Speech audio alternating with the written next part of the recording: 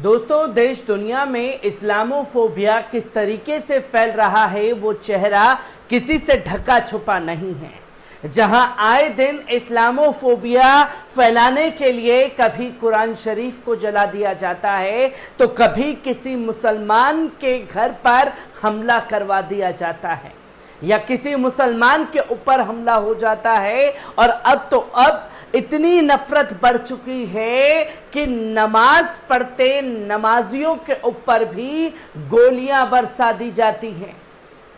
ये मामला देश और दुनिया में लगातार सामने आ रहा है और अब ताजा मामला जो है वो नाइजीरिया से आप लोगों के सामने है, जहां नाइजीरिया में जुमे की नमाज के दौरान मस्जिद में नमाज पढ़ रहे लोगों के ऊपर हमला होता है, जिसमें 7 नमाजियों को गोलियों से बुरी तरीके से भून दिया जाता है। ये खबर आग की तरह देश दुनिया में फैली और सवाल ये खड़ा हो गया कि आखिरकार ये इस्लामोफोबिया के जरिए किस कदर दुनिया में नफरत फैल रही है कि जहां नमाजियों को भी बख्शा नहीं जा रहा। आप देखें कि पहले किस तरीके से मस्जिद का ये मंजर था और उसके बाद की ये तस्वीरें आप सब देख सकते हैं कि पहले किस तरीके से क्षतिग्रस्त मस्जिद को किया गया और उसके बाद ये तमाम तस्वीरें सामने कि 7 लोगों को गोलियों से भुनने का काम किया जाता है। ये क्यों होता है, किस लिए होता है, इस पहलू पर भी नजर डालने की जरूरत है। इस खबर के दूसरी तरफ हम लोग बढ़ते हैं तो आप देखेंगे कि नाइजीरिया के लोगों ने, खासतौर पर नाइजीरिया की सेना ने इस्लामोफोबिया फैलाने वाले फ्रांस के बीच तनाव चल रहा है। जहां नाइजीरिया और फ्रांस के बीच तनाव है और फ्रांस ने किस कदर इन दिनों नफरत फैलाई, किस तरीके से तमाम चीजें सामने आई वो लोगों के सामने हैं। जहां हजरत मोहम्मद सल्लल्लाहु अलैहि वसल्लम साहब का अपमान किया गया कार्टून बना करके, और फिर उसके बाद स्वीडन जैसे देशों के लिए जब कुरान शरीफ जलाई जा रही थी तब ये फ्रांस कंधे से कंधा मिला करके उन लोगों के साथ खड़ा हो जाता है। और क्यों नाइजीरिया और फ्रांस के बीच तनाव है, इसको भी गौर से देखने की जरूरत है कि नाइजीरिया से फ्रांस के राजदूत को निकालने पर अड़े हैं नाइजीरिया के सैनिक। जहां फ्रांस के राजदूतों को निकालने के लिए लगातार अड़े हुए हैं नाइजीरिया के सैनिक, जो कि धरना प्रदर्शन लगातार नाइजीरिया में तेज हो रहा है कि फ्रांस के साथ तमाम चीजें खत्म की जाए।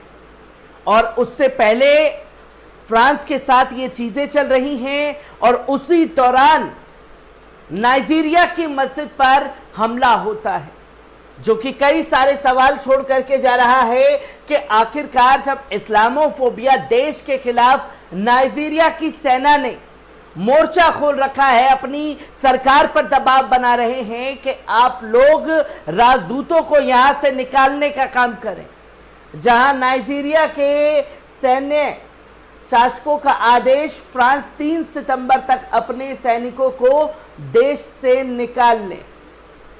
और 3 सितंबर का दिन जहां अल्टीमेटम दिया गया था तब तक कोई कार्रवाई हुई नहीं, नाइजीरिया से फ्रांस के राजदूतों को निकाला नहीं गया, तो उसी बीच मस्जिद के ऊपर हमला हो जाता है। इन तमाम पहलुओं को सामने रखने की कोशिश इसलिए कर रहा हूं कि सोचा और समझा जा सके कि जैसे ही इस्लामोफोबिया फैलाने वाले देश फ्रांस के खिलाफ बिगुल फूंका गया नाइजीरिया के सेना द्वारा, तो मस्जिदों पर हमले होने शुरू हो जाते हैं। जहां आप देखें कि दिसंबर में भी 2022 में मस्जिद पर हमला हुआ था, जहां नाइजीरिया में बीते साल दिसंबर में इसी तरह बड़ा हमला मस्जिद पर हुआ था। हथियारों से लैस हमलावर रात को एक मस्जिद में घुसे, ताबड़तोड़ फायरिंग करने लगे। इस मामले में मस्जिद के इमाम समेत 12 लोगों और हमलावरों ने गोलीबारी करके कुछ लोगों को अपहरण कर लिया था, जिसकी तस्वीर लोगों के सामने आई थी। और ये बताता है कि किस तरीके से इस्लामोफोबिया जो है नाइजीरिया में फैलाया जा रहा है। जहां जुम्मे की नमाज के दौरान छत भी गिरी थी नाइजीरिया में, जिसकी तस्वीर आप लोगों ने देखी। और इसी के साथ साथ आप देखें कि अशांत अफ्रीकी देश नाइजीरिया में एक बड़ी घटना घटती है। देश के kaduna में हथियारबंद बदमाशों ने एक मस्जिद पर हमला बोल दिया। हमले के दौरान मस्जिद में लोग नमाज पढ़ रहे थे। बंदूकधारियों ने मस्जिद के अंदर घुसते ही ताबड़तोड़ फायरिंग शुरू कर दी। लोग नमाज अदा कर रहे थे। नमाज पढ़ने के दौरान उन्हें शहीद करने का काम जो है नाइजीरिया में किया जाता है, जहां मीडिया रिपोर्ट्स के मुताबिक इस गोलीबारी में 7 लोगों की मौके पर ही मौत हो जाती है। वो मौके पर ही नमाज पढ़ने के दौरान दम तोड़ देते हैं, जिसकी तस्वीर नाइजीरिया से सामने आई। घायल लोगों को अस्पताल में भर्ती कराया गया। घटने के बाद जो है इलाके में लगातार दहशत बनी हुई है। सोचिए, दिमाग पर जोर डालिए कि नमाज के दौरान हमला किया जा रहा है, जो कि एक डर खौफ का माहौल बनाया जा सके। इसी के साथ साथ नाइजीरिया में बंदूकधारियों के कहर की ये कोई पहली घटना नहीं है। इससे पहले भी भयानक हमले हो चुके हैं। ये अफ्रीकी देश लंबे समय से आतंकी संगठन बोको हरम के हमले का सामना कर रहा है। इस संगठन ने अब तक देश में कोई सुसाइड अटैक और गोलीबारी के जरिए सैकड़ों लोगों को नींद सुला दिया है। नाइजीरिया में मुस्लिम और ईसाई लोगों के बीच दंगे लगातार होते रहे हैं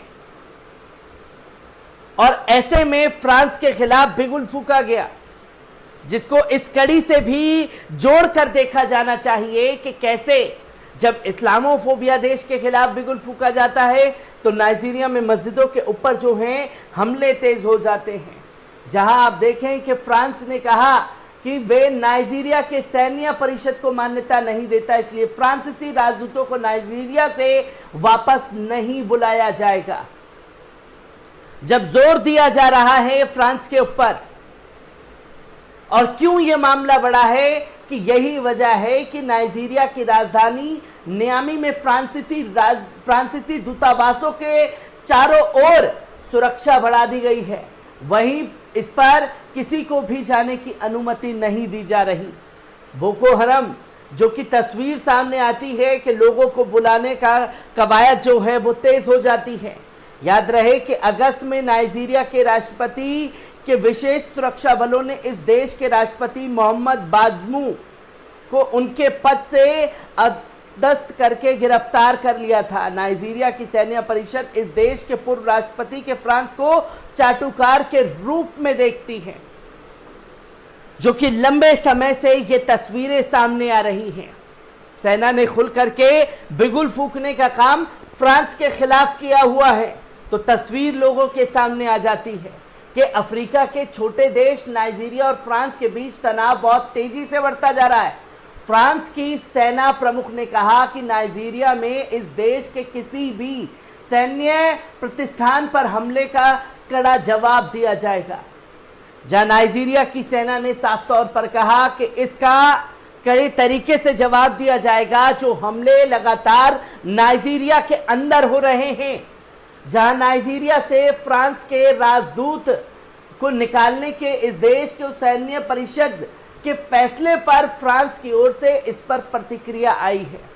जहां इससे पहले नाइजीरिया सैन्य परिषद ने गुरुवार को ऐलान किया था कि वे अब फ्रांस के राजदूत की सुरक्षा की गारंटी नहीं दे सकती, इसलिए उनको नाइजीरिया से निकाल दिया जाए।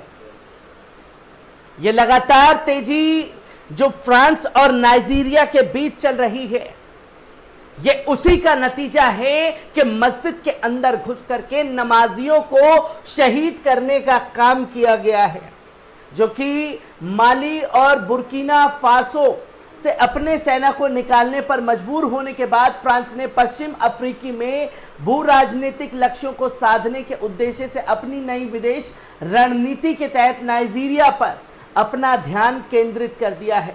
लेकिन हालिया तख्तापलट ने इस देश के पेरिस की योजनाओं पर पानी फेर दिया है, जो कि फ्रांस को आईना दिखाने का काम नाइजीरिया के सेना द्वारा किया गया।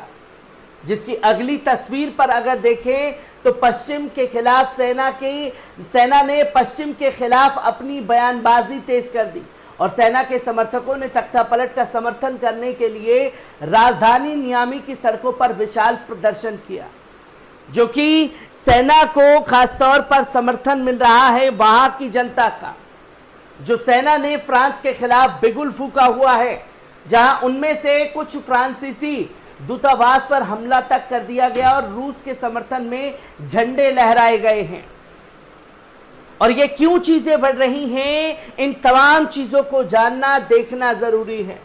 देश में तख्तापलट जैसी तस्वीरें सामने आ गई, जहां नाइजीरिया के पूर्व राष्ट्रपति मोहम्मद बज़्मू पर आरोप था कि वे फ्रांस की कठपुतली के रूप में काम करते हैं, जिससे वहां की सेना, वहां की आवाम राष्ट्रपति से खासतौर पर नाराज थी।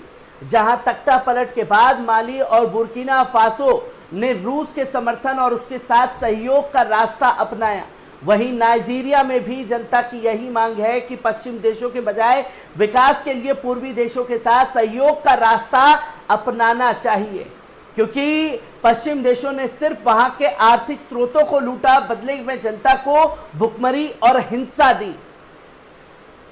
जहां फ्रांस नाइजीरिया के ऊपर प्रेशर बना करके उसे अपनी झोली में रखना चाहता था, और जब नाइजीरिया ने इसका विरोध किया, सेना ने खुल करके मोर्चा खोला, तो मस्जिदों के ऊपर हमले तेज हो जाते हैं, जहां देखते ही देखते 7 लोगों को शहीद कर दिया जाता है और कई नमाजियों को घायल करने का काम किया जाता है। हर एक तस्वीर, हर एक पहलू को आपके सामने यूं ही रखता रहूंगा। दीजिए इजाजत, शुक्रिया।